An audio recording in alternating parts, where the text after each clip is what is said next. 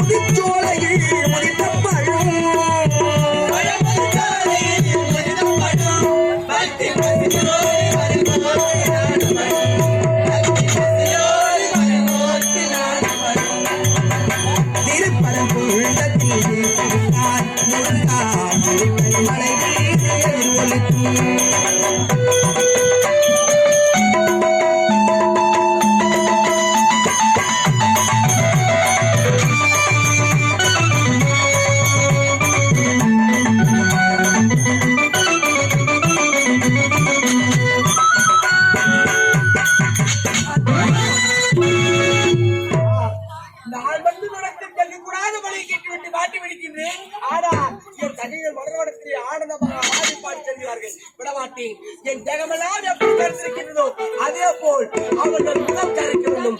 என் உடலெல்லாம் எப்படி வாடிருக்கின்றதோ அதே போல் அவர்கள் கூந்தலே சுடக்கூடிய மலராகப்பட்டது வாடி போக வேண்டும். அவள் உடம்பெல்லாம் முத்துக்கு இட வேண்டும். அவள் ஆடிய விளக்கு அடைய வேண்டும்.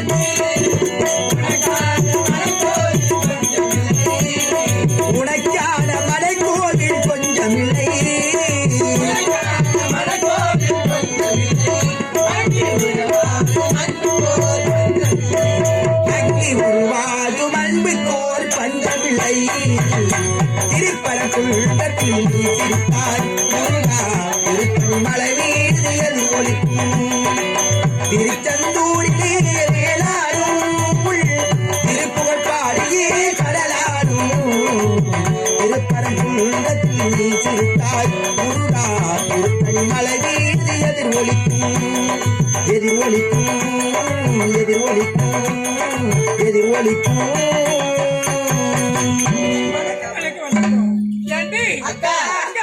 நம்ம யாரி அக்கா தண்ணி எழுப்பி அனைத்திலும் இந்த மலர்ச்சியை ஆடி பாடிக்கொண்டு வருவதே நமக்கு வழக்கமாயிருந்து முதல் இந்த மலவனத்தை பார்த்து விட்டோம். எப்படி பார்க்க வேண்டும்?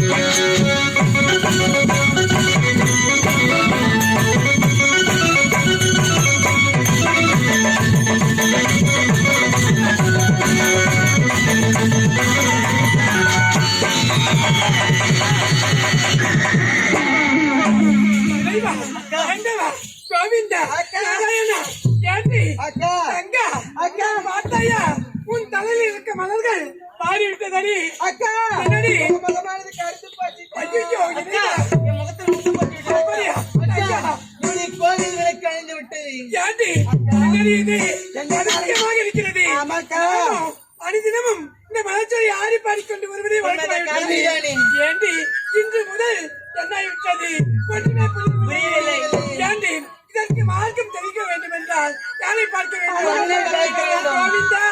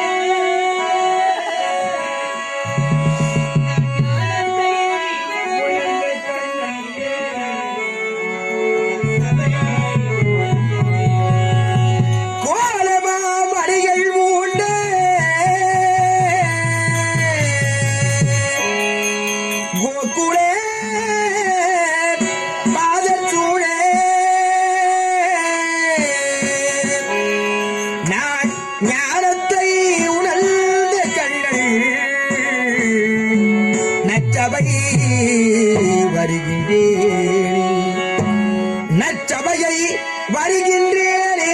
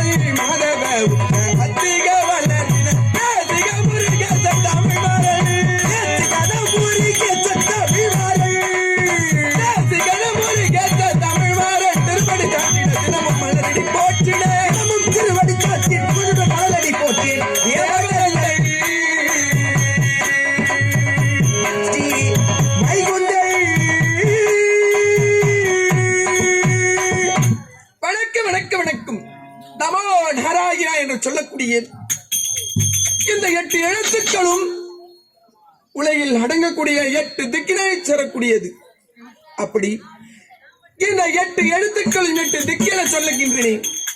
ஆதியாய், அனாதையாய், அருள்மறை பொருளாய், ஜோதியாய், சுடரும் ஒளியாய் திகழக்கூடிய பார்க்கடல் என சொல்லக்கூடிய பார்க்கடலிலே ஆதிசேஷன் என சொல்லக்கூடிய நகத்தின் மீது பஞ்சனையாக கொண்டு நான் அணிவதோ பீதாமர ஆடை, துளசி மாலை என சொல்லக்கூடியது. அப்படி அதர்மத்தை அழிக்கவும் அந்த தர்மத்தை நிலைநாட்டவும் கரத்திலே கொண்டது சுதர்சன சக்கரம், கதாயுதம் என சொல்லக்கூடிய ஆயுதமும். மனைவிமார்களும் லட்சுமி தேவி, நீலாதேவி, பூமாதேவி என சொல்லக்கூடிய 3 மனைவிமார்களை மணந்து 2 பிள்ளைகளை கொண்டவன். எப்படி என்றால் மூத்த மகனாக விளங்கக்கூடியவன் சதுர்முக வேந்தன், திசைக்கு முகங்களை கொண்டவன். வேதம் என சொல்லக்கூடிய 4 வேதங்களை கையில் கொண்டு அனைத்து வகையான ஜீவராசிகளை படைக்கும் தொழிலை செய்யக்கூடிய சத்திய லோகத்தை ஆளக்கூடிய பிரம்ம தேவன் என சொல்லக்கூடிய முதல் மகனும், அழகிலே சிறந்தவன் மன்மதன் என சொல்வார்கள். 32 அழகு லட்சணம் பொருந்தியவன் 2வது மகனாக விளங்கக்கூடிய மன்மதனாகப்பட்டவன். அப்படி 2 மகன்களையும் பெற்று இந்த வைகுந்தத்திலே கார்க்கும் தொழிலை செய்யக்கூடிய கார்மேக வண்ணன், கமல கண்ணன், பார்க்கடல் வாசன், பன்னக செகிலன், பத்ம பூஷணன், லட்சுமி சபேதன் என சொல்லக்கூடிய நாமதேயத்தை வெற்றி அனைத்து தேவர்களையும் கார்க்கும் தொழிலை செய்யக்கூடிய பரந்தாமன் என சொல்லக்கூடிய நாமதேயத்திற்குரியவன். அப்படி இருந்தாலும் ஒரு நேரத்திலே வேதங்களும் 4 யுகங்களையும் 5ஆக பிரிக்கலாம். அப்படி 5 யுகத்திலும் தர்மத்தை அதர்மத்தை அழிக்கவே தசம் என சொல்லக்கூடிய அவதாரங்கள் எடுத்தேன். எப்படி நான் கொண்ட அவதாரம்